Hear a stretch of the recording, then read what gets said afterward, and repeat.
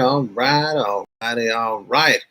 What is going on, ladies and gentlemen? My name is Pete, but you probably already knew that. But in case you didn't, you guys are watching the one and only Paid to Drive and Paid to Drive vlogs, day number 1023. Hope you guys are doing okay out there. I've already talked about this topic, but we're talking about it again, of course, with the whole Tony Xu, independent contractor versus employee thing. We're going to dive a little bit more into that, and I'm going to basically tell you what Tony Xu is hiding from you, what he doesn't want the average dasher to know. I've mentioned it in the past. In fact, I even mentioned it in my last video. But you guys know what that is? Did you guys pick up on that? Let me know in the comments.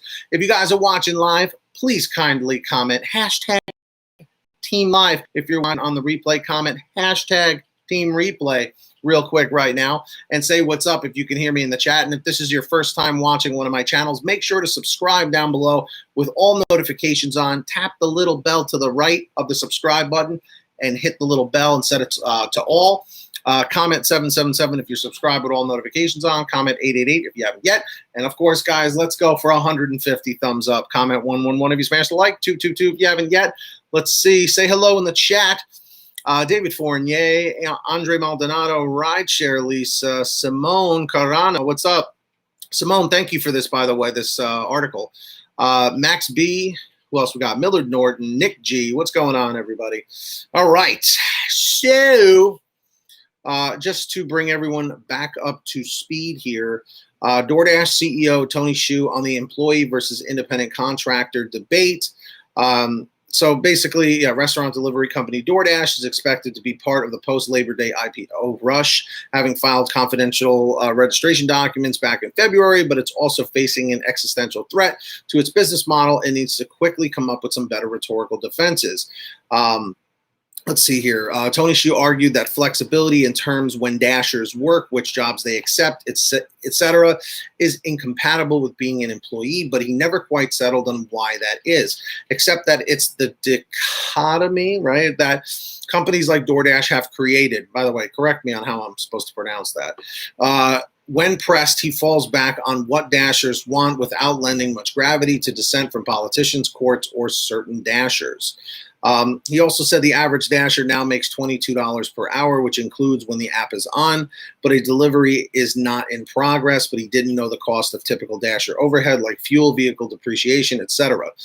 DoorDash was not party to the lawsuit that nearly led Lyft and Uber to suspend ride-hail operations in California, but it's facing a similar complaint brought by the San Francisco District Attorney.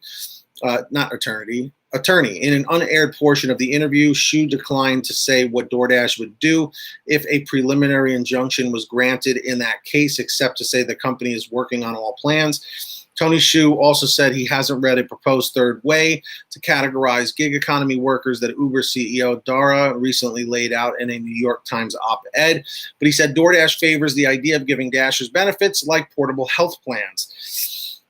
So, all right. Let's go back over here to the chat. Let's see who we've got. Hey, Zanaya, what's going on? Sorry. I stress a little bit. Darcy Jones, Jim Bailey. Usually only if you're multi-apping. My DoorDash orders aren't that great on a Dash or a Dash Now. Well, how much are you guys typically getting per hour? You know, I would say average for some people is like $15 an hour, 20, you know. But it seems like most people do not make 22 plus. Now, the thing that Tony Xu doesn't want you to know as a dasher is that he does not have your best interest in mind. Like I said, I say this all the time, but it's true. He wants the dasher to think, well, hey, this is just a grand old company to be partnered with, and we make sure our drivers get plenty of great offers. Now, granted, the offers are usually dependent on the customer. However, the fees and the breakdown and how the orders are given out and dispatched and all that stuff is a completely different situation, you know?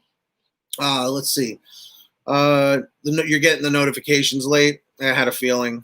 And guys, just a friendly reminder, let's see if we can get our 150 thumbs up on this video. Comment 111 if you smash the like, comment 222 if you can't see the like on your phone or tablet.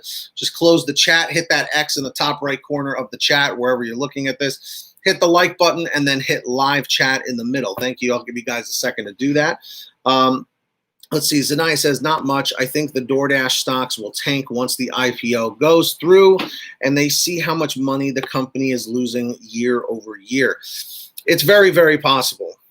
David's saying, I averaged $20 before expenses. Now, during the beginning of the pandemic, I was at $30, but it's back to normal levels the last couple of months. Okay. Right. Yeah, because I remember when the pandemic hit, everybody was ordering through DoorDash and GrubHub and Uber Eats and Postmates and Caviar like crazy. And I remember people sending me screenshots like, I made $300 today. I made $400. I made $250. And I was so happy for everybody. But on the flip side of that, I kept warning people. I kept saying, guys, as the pandemic, kind of dwindles down a bit and people start going back to work, they're not going to be home as much. They're not going to be ordering as much. So don't get too excited and don't get too fixated on that $30 an hour that you're getting, because it's eventually going to go back down. And like David said, it went down. I'm just curious, has it been busy or slow in your market in the past week, everybody? If you could put that in the comments or in the chat. Max B says $20 an hour, $30 on Sundays. Weird. Well, it's really not that weird that on Sundays you're making that much, because think about it. A lot of drivers, are working on Sundays if it's like a part-time thing. A lot of people are home.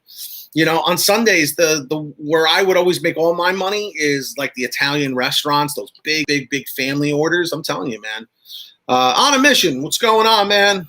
That's right. Call me Mahalo. DoorDash is garbage in my area. Is it Simone or Simon? They're saying it's slow. Darcy, okay.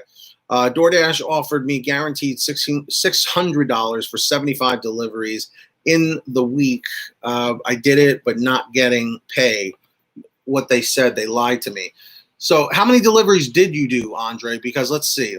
Let's do some math here, because I suck at math.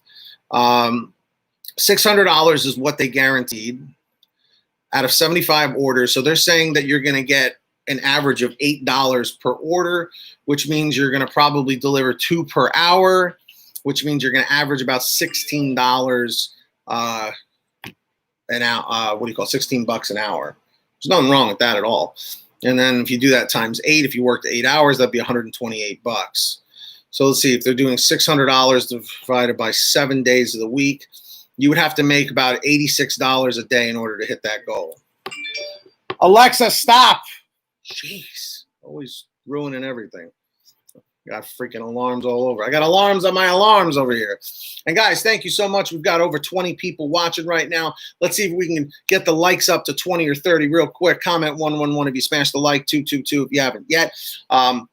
Subscribe down below with all notifications on. Make sure to hit the little bell to the right and select all, ALL. Otherwise, YouTube will not send you the videos when I go live, or the live streams when I go live.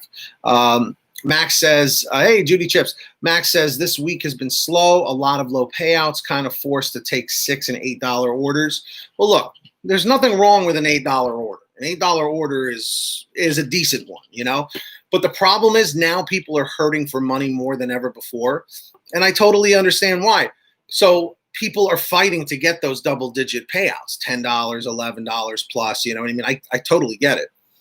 The video's not clear. Is my connection kind of bad? I don't know why. Can you guys hear me and see me okay? Comment 333 if the connection's good. Comment 444 if the connection's not so good. Sometimes my internet, we have bad weather here today, so sometimes the internet kind of goes in and out.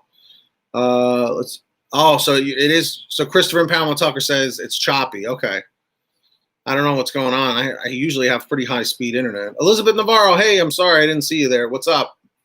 So let me know, guys. Let me know your thoughts on all of this. And of course, I want to say thank you to all of our patrons over at patreon.com/PaidToDrive. Maybe one of our moderators can put a link in the chat. possibly. If you want to help support me and the channel. We got Diesel City Queen. Who else do we got here? Oh, page got all messed up. Diesel City Queen.